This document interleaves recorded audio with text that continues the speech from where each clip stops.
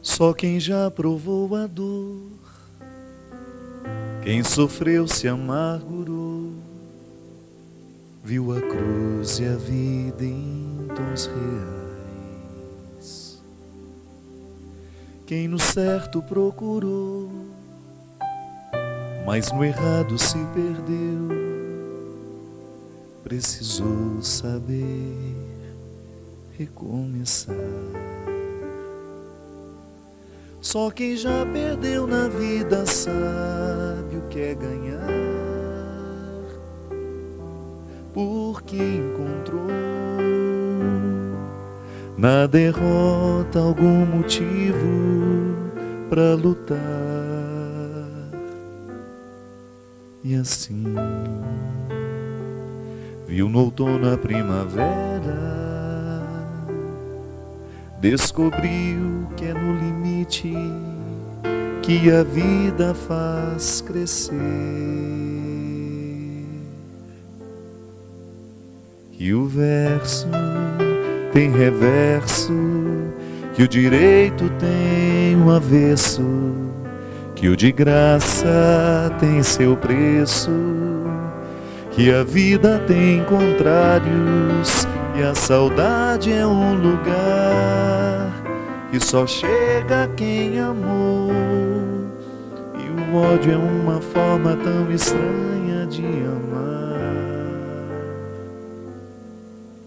que o perto tem distâncias e o esquerdo tem direito, que a resposta tem pergunta e o problema a solução, e que o amor começa aqui, no contrário que há em mim, e a sombra só existe quando brilha alguma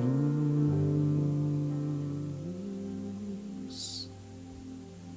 Só quem soube duvidar pôde enfim acreditar, viu sem ver e amou sem aprisionar.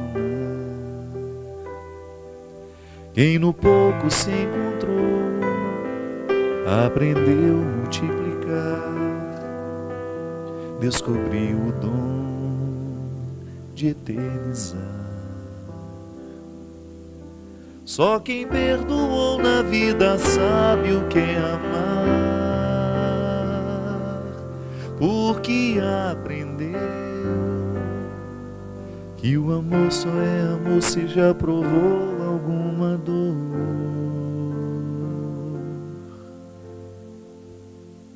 Que o verso tem reverso, que o direito tem um avesso, que o de graça tem seu preço, e a vida tem contrários, e a saudade é um lugar e só chega quem amou, e o ódio é uma forma tão estranha de amar,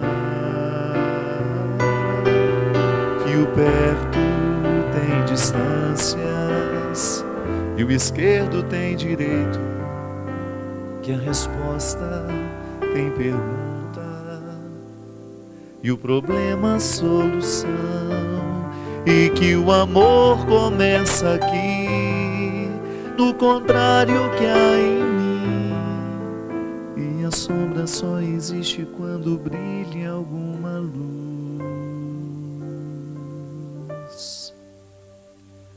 Muito boa noite, é com muita alegria que nós começamos mais um programa Direção Espiritual, mais uma oportunidade de entrar na sua casa, de estabelecer esse momento de comunhão que a conversa nos proporciona.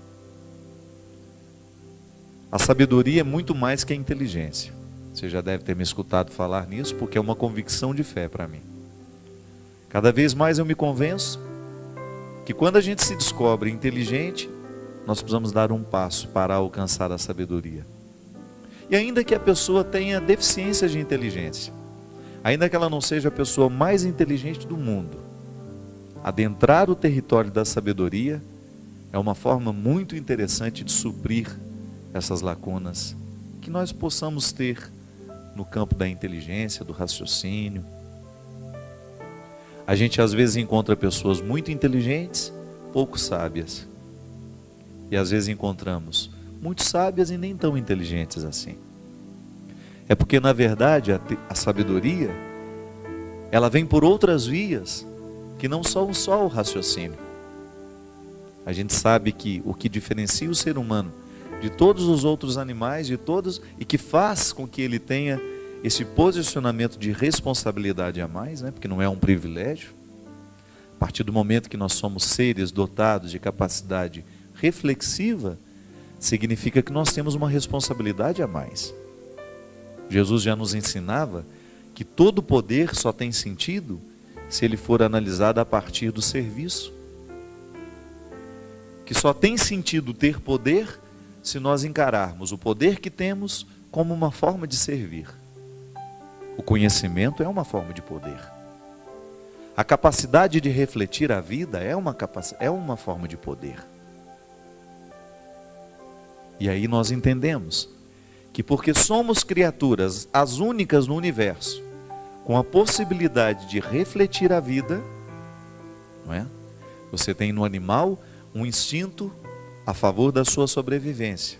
Você até tem animais em que você descobre uma inteligência muito avançada, mas nada como ao ser humano.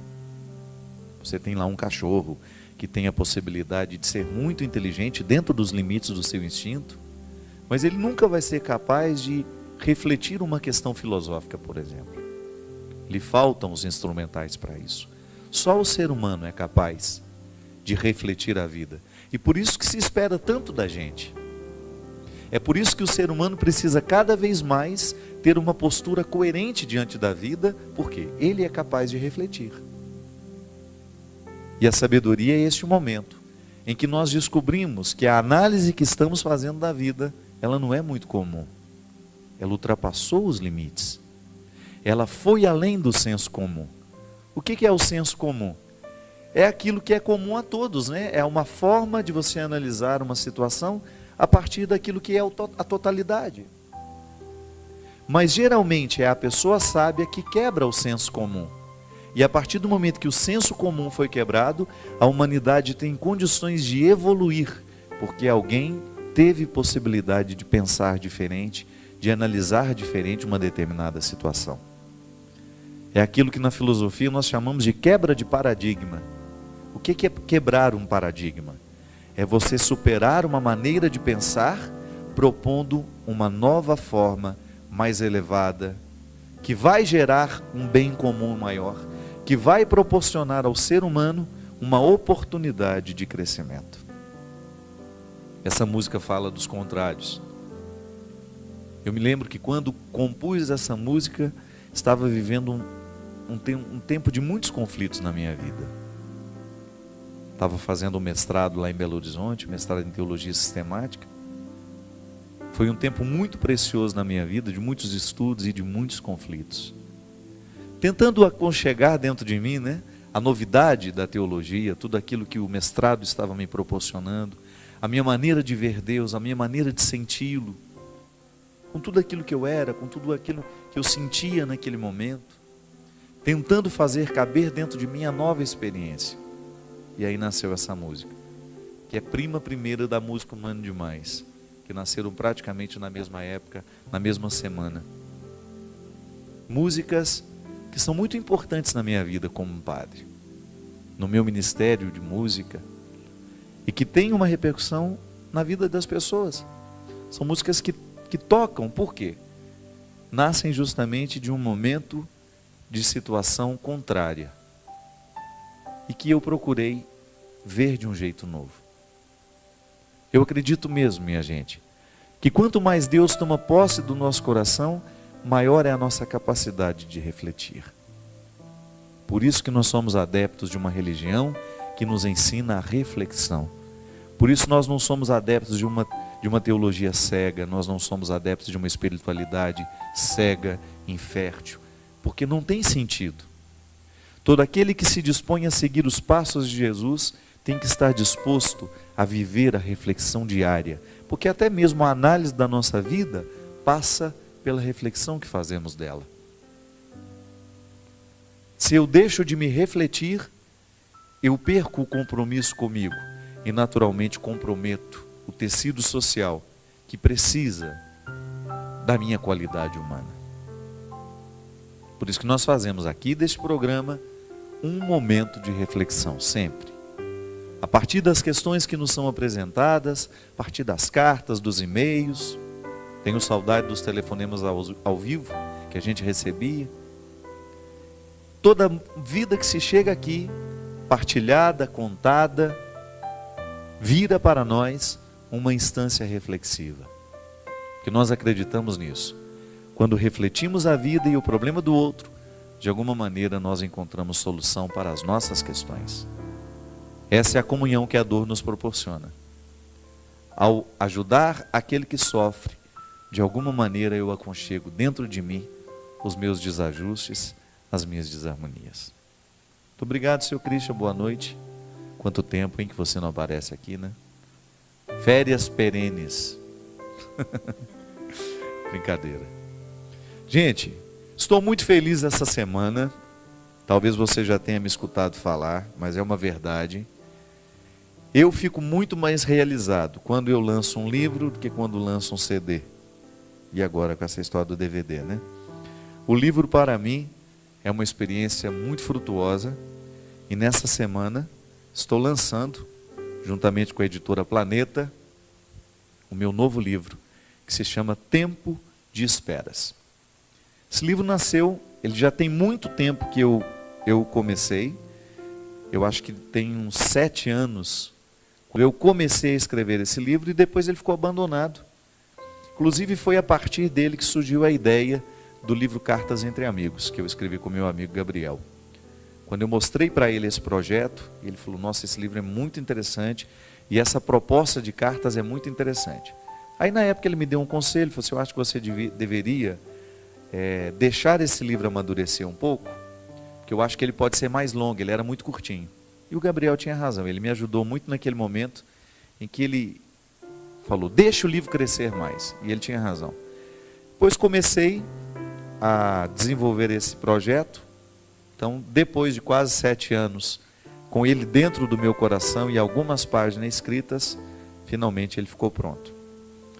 É a história de 2 personagens, de um professor de filosofia e um aluno. Esses dois personagens trocam correspondências, todas elas girando em torno de questões humanas importantes como o amor, a perda, o abandono, a luta para reencontrar o caminho, a sabedoria. O caminho, aqui nesse livro eu faço muito essa distinção entre inteligência e sabedoria. Trabalho também aqui a questão das perdas, como é difícil muitas vezes nós aceitarmos que perdemos e fazer daquela perda um instrumental de vitória.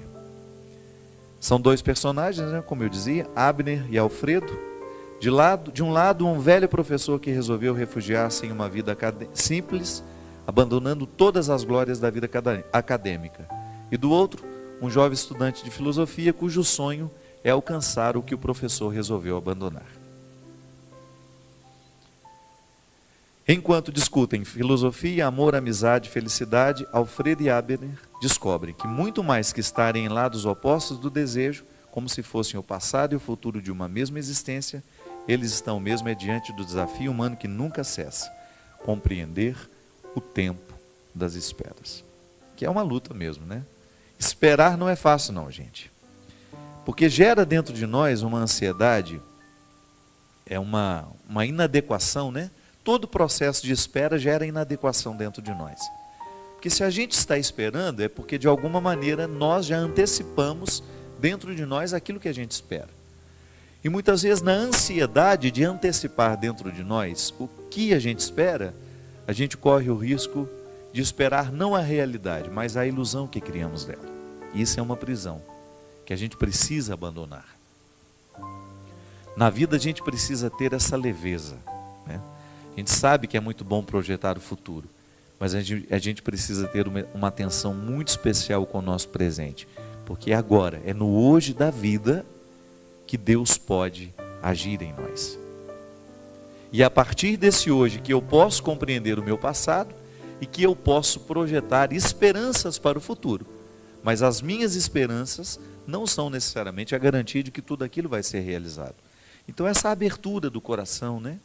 Saber esperar, descobrindo no momento presente a alegria necessária para a gente nunca perder o vínculo com a vida. Porque esse é o desafio.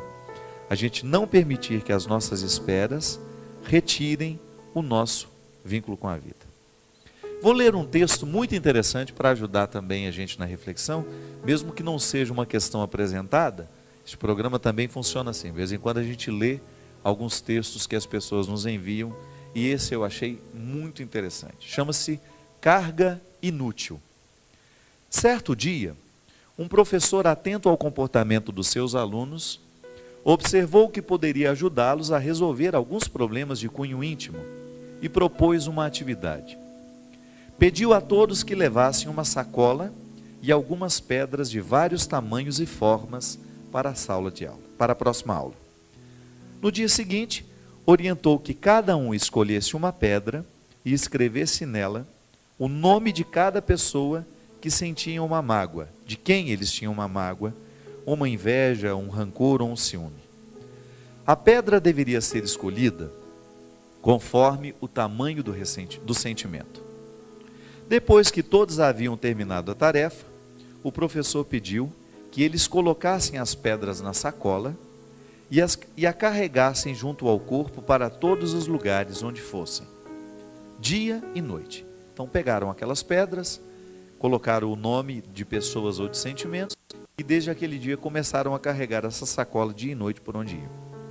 Se alguma pessoa viesse a lhes causar sofrimento ainda intenso, eles poderiam substituir a pedra menor por uma maior ainda. E se uma nova pessoa os magoasse, deveriam escolher uma nova pedra, escrever o nome e colocar na sacola. Quem resolvesse o problema com algumas das pessoas cujos nomes já haviam sido escritos nas pedras, poderiam retirar a pedra e lançá-la fora. E assim foi feito. Algumas sacolas ficaram cheias e pesadas, mas ninguém reclamou. Naturalmente, com o passar dos dias, o conteúdo das sacolas aumentou em vez de diminuir. O incômodo de carregar aquele peso se tornava cada vez mais evidente. Com o passar dos dias, os alunos começaram a mostrar descontentamento. Afinal de contas, eles estavam privados de muitos movimentos, pois as pedras pesavam e alguns ferimentos surgiram provocados pelas saliências de algumas pedras. Para não esquecer a sacola em nenhum lugar, os alunos deixavam de prestar atenção em outras coisas que eram importantes para eles. Passado algum tempo, os alunos pediram uma reunião com o professor e falaram que não dava mais para continuar a experiência, pois estavam cansados de carregar aquele peso morto. E alguns ferimentos já estavam incomodando.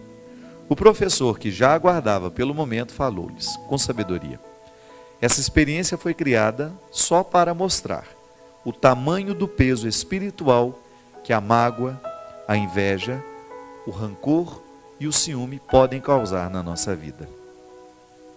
Quem mantém esses sentimentos no coração perde um tempo precioso da vida, deixa de prestar atenção em fatos importantes, além de provocar enfermidades como consequência deste peso. Esse é o preço que se paga todos os dias para manter a dor e os sentimentos negativos que desejamos guardar conosco. Agora a escolha é sua. Você tem duas opções: jogam fora as pedras e continuam a caminhada, ou vocês vão mantê-las diariamente, desperdiçando forças para poder carregá-las. Se optarem pela paz íntima, terão que se livrar desses sentimentos negativos. Um a um, os alunos foram desfazendo das pesadas sacolas e todos foram unânimes em admitir que estavam se sentindo mais leves em todos os sentidos. É uma verdade isso, né?